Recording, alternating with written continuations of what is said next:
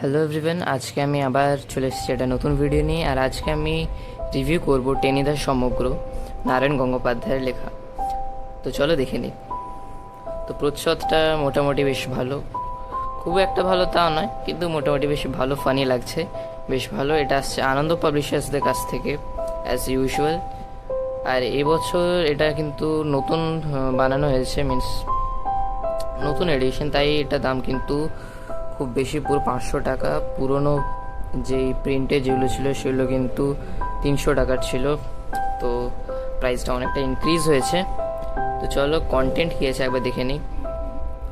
তো as usual আনন্দ পাবলিশারের quality কিন্তু বেশ ভালো, ক্রিম পেপার ইউজ হয়েছে, যেটা বরাবরই আমার খুব ভালো লাগে। নর্মাল পেপারের থেকে ক্রিম পেপারের বই পড়তে কিন্তু বেশি ভালো, চোখেও কিন্তু লাগে না, চোখের জন্য বেশ ভালো। তো সূচিপত্রটা একবার দেখে নিই, চলো। তো এখানে টোটাল উপন্যাস দেওয়া হয়েছে, গল্প দেওয়া হয়েছে, নাটক দেওয়া হয়েছে, আর সংযোজন দেওয়া হয়েছে। তো এর মধ্যে বেশ কি সুন্দর সুন্দর ছোটদের, মিনস ভালো ভালো আর্টওয়ার্ক দেওয়া রয়েছে, টেনিদা, হাবুল, ক্যাবলা, বেশ ভালো। আর লাস্টে কিন্তু এখানে সেকালের টেনিদা আর এই কালের টেনিদারও পিকচার দেওয়া রয়েছে, দাঁড়াও দেখিয়ে দিচ্ছি, উল্টে গেল, এই দেখো, এটা ছিল তখনকার দিনের টেনিদা আর এটা হচ্ছে এখনকার দিনের টেনিদা, অনেকটাই তফাৎ হয়েছে, মিনস। আর এটা কিন্তু রিয়েল স্টোরি থেকে বেস্ট, এটা কিন্তু নন ফিকশন বইয়ের মধ্যেই পড়া উচিত।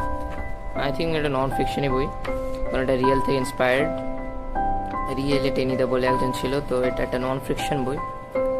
তো আর এই বই নিয়ে আর কিছু কথা বলার নেই। তো তোমরা সবাই যারা ছোট বড় যারাই হোক, এর বইটা কিন্তু তোমরা পড়ে নিতে পারো, খুবই ভালো বই। একটাই মাত্র খণ্ড রয়েছে, কোনো এক্সট্রা খণ্ড নেই, তাই এই বইটা কিন্তু খুবই ভালো। আর নারায়ণ গঙ্গোপাধ্যায়ের বইগুলো কিন্তু সবসময় খুবই ভালো হয়, বাস্তব জীবন থেকে বেসড করে বানানো হয়, যেটা খুবই ভালো। তো আজকের জন্য এতটাই, আবার দেখা হবে নতুন ভিডিও নিয়ে।